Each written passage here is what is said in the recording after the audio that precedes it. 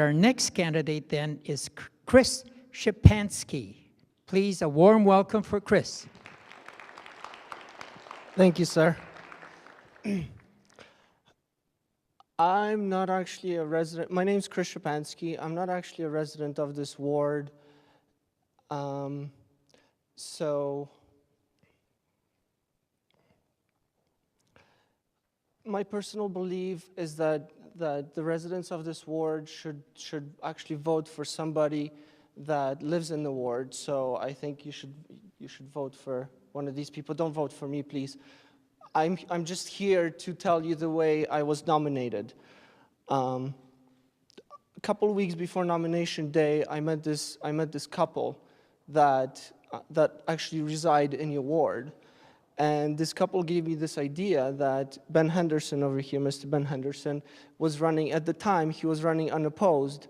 And the gentleman of the couple, he said to me, I wish somebody would put their name, at least put their name next to Mr. Henderson so he doesn't run unopposed. So I had this idea in my head for a couple of weeks, and then the Saturday, 2 days before nomination day, I thought to myself, I can actually make this gentleman's dream come true, and I'm willing to put my name next to Mr. Ben Henderson, even though I don't even want the job. So I actually went to see this couple. This is a true story. And I told them, hey, you know, if you get me nominated, if you get me 25 names, I'll put my name next to Mr. Henderson. I left the nomination sheet at this couple's house on Saturday, 2 days before nomination day. And I said, if you get me nominated, if you could get me 25 signatures, I'll put my name next to Mr. Henderson. So I came back on Sunday, and I only had 3 names for me, waiting for me. So I said, they were busy, you know, they don't really know me that much, and they couldn't get any more signatures. So I was grateful for the 3 signatures that I received, and as I left the house, I thought to myself, how hard would it be to get another 22 signatures, right? So it was a beautiful Sunday afternoon, actually, and I started walking around talking to people, and what I found out was that people were very disappointed and very angry at the status quo. People don't really, they don't trust politicians, and that is why I don't actually want the job. So please don't actually vote for me. The way I actually feel about politics is that good people go in and, you know, fill in your blank comes out. So I don't really want to be corrupted by politics, so please don't vote for me. Anyway, I started walking around, and I would tell people straight up, I would say, listen, I don't actually live in your ward. I don't want to be a politician. I don't want to be government, because I hate the government. You know, they're all crooks. No disrespect to you, Mr. Henderson. They're all crooks. And then I thought, hey, these people, so many people that actually started talking to me, they said, we are dissatisfied with the status quo. And I told them, hey, don't vote for me, vote for Mr. Henderson. I don't want your vote. I just want to put my name next to Mr. Henderson, because I believe that he shouldn't run unopposed. That's what I personally believe. So I started walking around. I actually was nominated by 30 people, because I just thought, hey, I'll just fill the whole sheet. And it actually started me in making YouTube videos about how the government is corrupt as well. You can look me up on YouTube, and I've started making videos how the state basically breaks their own rules. It's the democracy itself, no disrespect to democracy, but it's absurd, because these people, these politicians, they violate your constitutional rights, your charter rights, every single day. People don't understand that these people are oppressors. They are tyrants. Government is evil. This is what I think. And please, once again, please don't vote for me, because I don't want to be government. I really don't want to be government. My own personal opinion is that people should keep their money in their own pockets. Government should not come to you and say, I'm taking money out of your pocket and putting it into somebody else's pocket. And this gentleman that I was talking to that started me on this nomination, he said he was really angry about the silver balls. And apparently, Mr. Henderson was a proponent for, no disrespect to Mr. Henderson, but he was a proponent of the silver balls, which apparently cost $750,000 or something like that. I don't even know. Honestly, I don't even follow municipal politics because I feel that the feds are even more corrupt than, government here, the local government. So my aim is just to educate people. For me, if I can even get one person to wake up to the fact that government is corrupt and we should do away with government, one person, it's all worth it for me. Thank you. Thank you, Kris. We will take the first question from the microphone, followed by a question from the audience, and then we'll go to the question posed through the webcast. So, sir, would you please address the audience? You have 1 minute. I'm going to go as fast as I can. This is to Mr. Ben Henderson. Quote, we really tried to minimize, I think, the negative effects on people, but there are going to be a few people that are going to be affected. This is the LRT.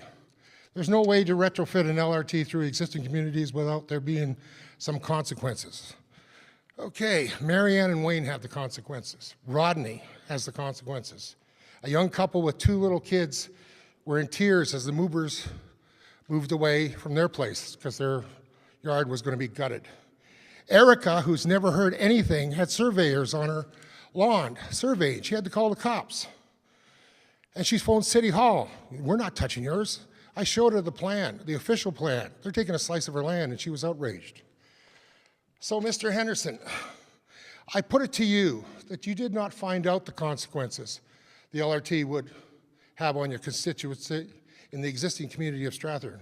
I put it to you that I and others have never seen you at our doors. I've seen Heather. I put it to you that you did not fight to protect Pose your question, the peace please. of mind and property of your constituents on 95th Avenue in Strathern. I put it to you. Question, please. That's Question. what put means, Mr. Toaster Master. You have 1 minute. Okay, but you know what I'm talking about. I put it All to right, you. pose that your you didn't question. Do your job, sir. I put it to you, Mr. Henderson. You didn't do your job to represent the constituents.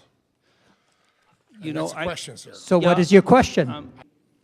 Any other candidates wish to address it? Yes, I'd like to address that too, please. Sir, my personal belief is that the free market should take care of the LRT, not the government. The government should not come to you and say, we're taking your property and we're going to build something on your property, because it's your property. The government has no right to come to you and say, it's our property.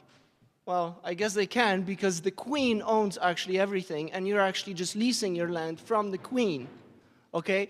But in my personal belief is that you should not be, your property should not be taken from you, from these crooks in downtown Edmonton. The free market should take care of the LRT. If we need the LRT, the free market will take care of it. Thank you. Thank you. Any other response? All right, let's take the question from the floor. What would you do to ensure that council's public involvement policy is respected by city administration? What would you do to ensure that the council's public involvement policy is respected by the city administration? Who wants to address this? We should actually be going, if you want to start from this side, that way, and the next time we'll start from the other side back. Once again, I don't think we need government.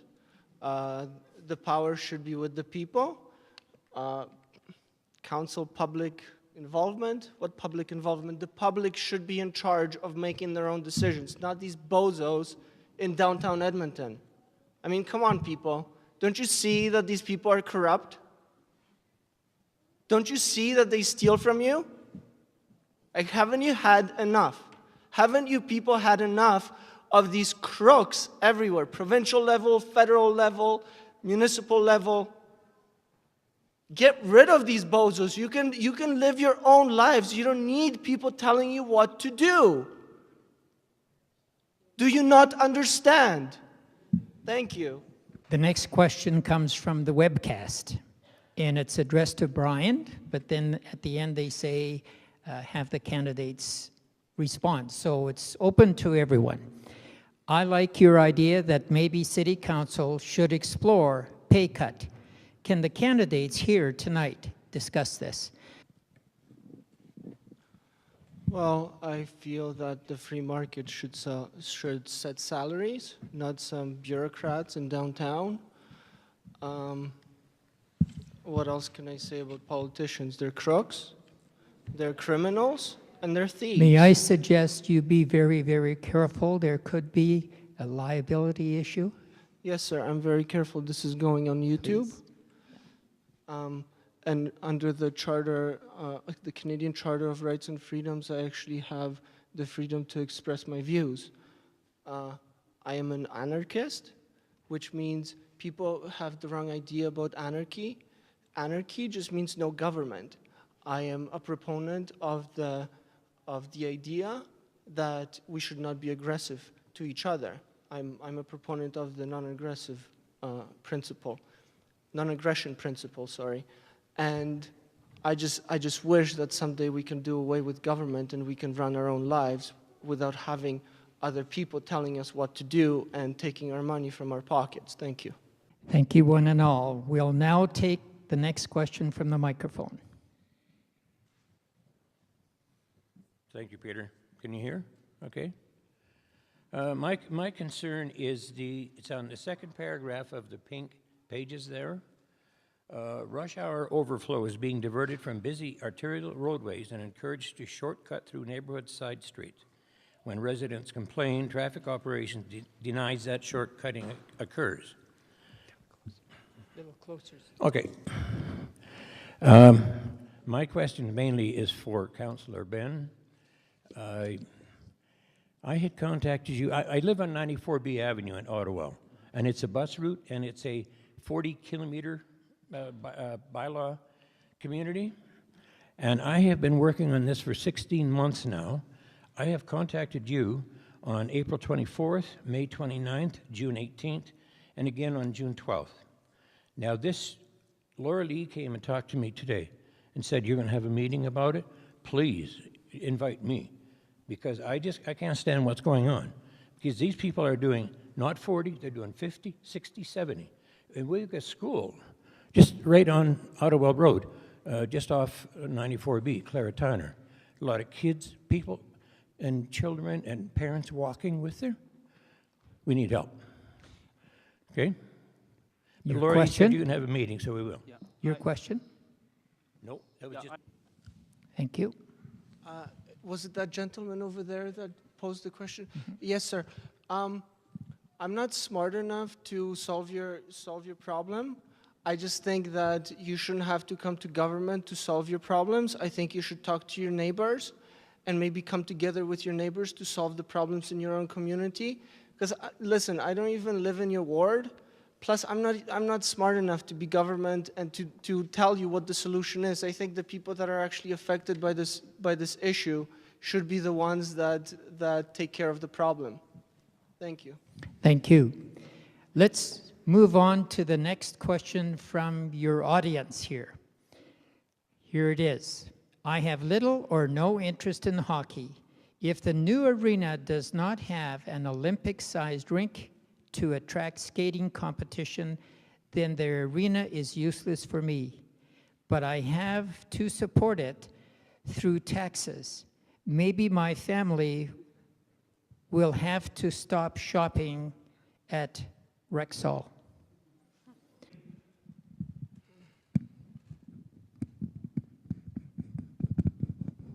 Okay, don't even get me started on the arena deal.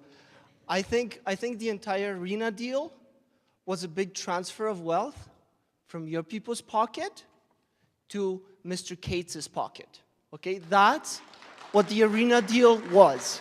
Okay, and this is what happens when you have government They will work on their pet projects. They will take money from you, the people, or the slaves, as they like to call you. I'm one of you. They will take your money out of your pocket and put it into somebody else's pocket, some friend of theirs or some other project that they're working on, like the silver balls that were $750,000 was spent on. I mean, come on, people. Thank you. Let's go to a question from the webcast. Our ward has the highest proportion of its population in its 20s. Do you see a need to build engagement with this group of potential future citizens? And if so, how would you build this engagement? Hi. As an anarchist, I don't believe in voting because that gives legitimacy to the state. So I really wouldn't encourage people to vote. But you're welcome to vote for somebody who can represent you with government. Don't vote for me, please, though. Thank you. And now we'll take a question from the microphone. By the way, we have 25 minutes left for the question period. We need to conclude this portion at 8:30. The candidates will stay around. If you have any questions that you wish to pose to them individually, you're able to do so. We do have to evacuate this place by 9:30. So a question from the floor. Thank you. My name is Kris Jones, and my question is addressed obviously to everyone. It's about the finances of the city.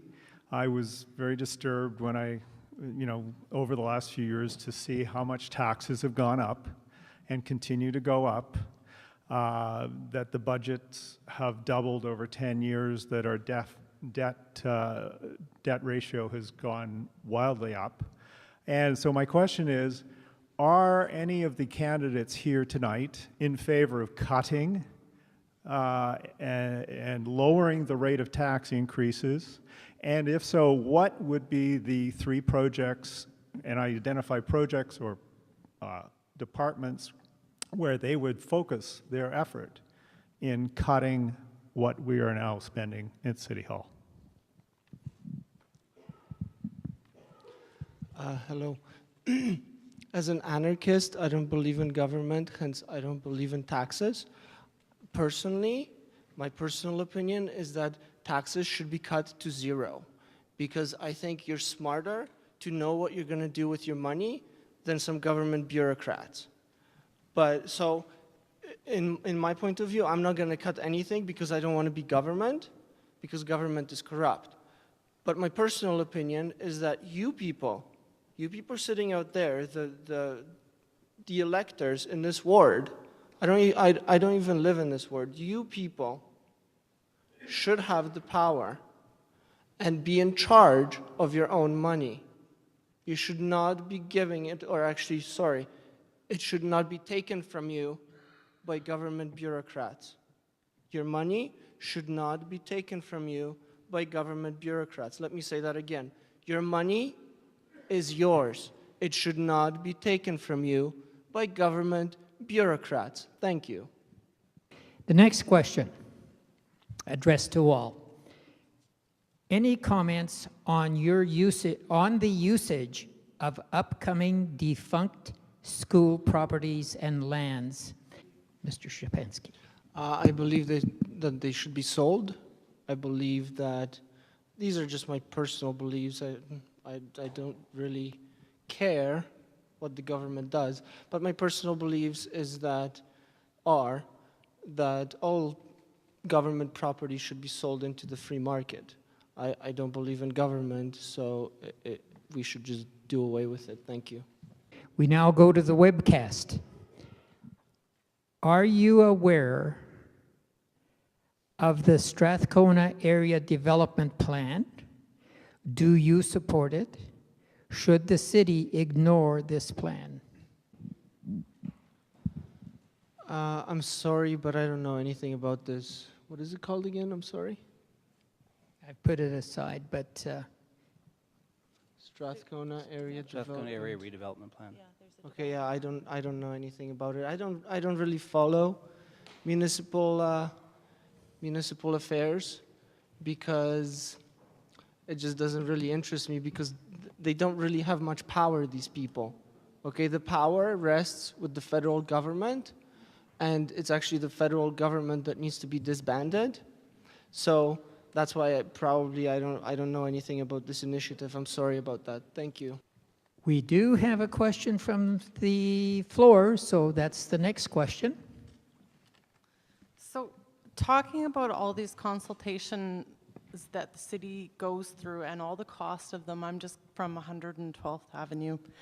And it seems as if there's a lot of city consultation, but it seems as if the city comes to the communities with a plan that's already set. It doesn't seem like, it seems like it's more of a, they're just letting us know what they're doing. It's not a consultation, they're telling us. There doesn't seem to be any input. You know, they're asking us for input, but it doesn't seem like our time or our energy or our effort has any difference. You know, like you get 100 people that sign a document to say that they don't want something, and it makes no difference, you know? So, like I say, So my question is, as councillors, if you guys can respond, can you change that process so that you guys are coming to us before you make the hard decisions? Yeah. Mr. Szczepanski. Yes, I absolutely agree with you. But that's how government works. They tell you what they're doing. They don't consult anybody. They just suck up to you when they need to get elected. That's how government works. You have to understand that this is the way the system works. They suck up to you, and then they tell you what they're doing. So posing your questions to government is not actually going to accomplish anything, because this is how the system works. And until you scrap the system and start over, you're actually not going to address your problem. I'm sorry about that. Thank you. The next question is from the floor, and it reads, what is your stand on P3 financing? And that's to be addressed by all candidates. Hi. I don't know much about this issue, but if it involves government, personally, I would scrap it. I think you people, once again, you are smarter than me. I should not be telling you how you should be spending your money, because I am not smart enough to spend your money. Only you know how to spend your money. That's why I don't want to be government. Okay? I don't want to take people's money. I don't want to steal with people. I don't want to extort people and tell them that if your opponents are taking your money, then we'll put you in a cage and throw away the key. That is why I am opposed to government. Thank you. I believe this is a pretty good question, and it's to be addressed to each candidate. We'll take this one, and then we'll give the candidates 1 minute to summarize. The question is, please articulate your stand on the future of the Rossdale power plant. Mr. Szczepanski. Yes. Hi. I don't know much about this issue, but I would just like to tell you that even though I don't really like democracy, because I call it the tyranny of the majority, which it is, the majority tells everybody else what they should or should not be doing. But as I said before, I don't actually live in the ward. I'd like to tell you that even though I don't like democracy, it is still up to you, the electors, to choose who you will choose to represent you in government. And I just hope you guys choose wisely between these individuals. Thank you. And a hand for all of these people for responding to our questions. And now each one of the candidates will have 1 minute to summarize their thoughts. Hi. I don't know any French, I'm sorry, but I did grow up in communist Poland, so I know how government works. My grandfather was a political prisoner in communist Poland, so I know how the system works. And to be honest, I don't even know if I have legal standing in this election because I refused to, well, I didn't refuse. The government wouldn't let me sign my nomination papers and acceptance form because I wouldn't show them my identification papers. I said, no, I'm not showing you my ID because I don't live in Nazi Germany. That the government has to ask me for my identification papers. I do not have to show them anything. I'm a free person. Thank you.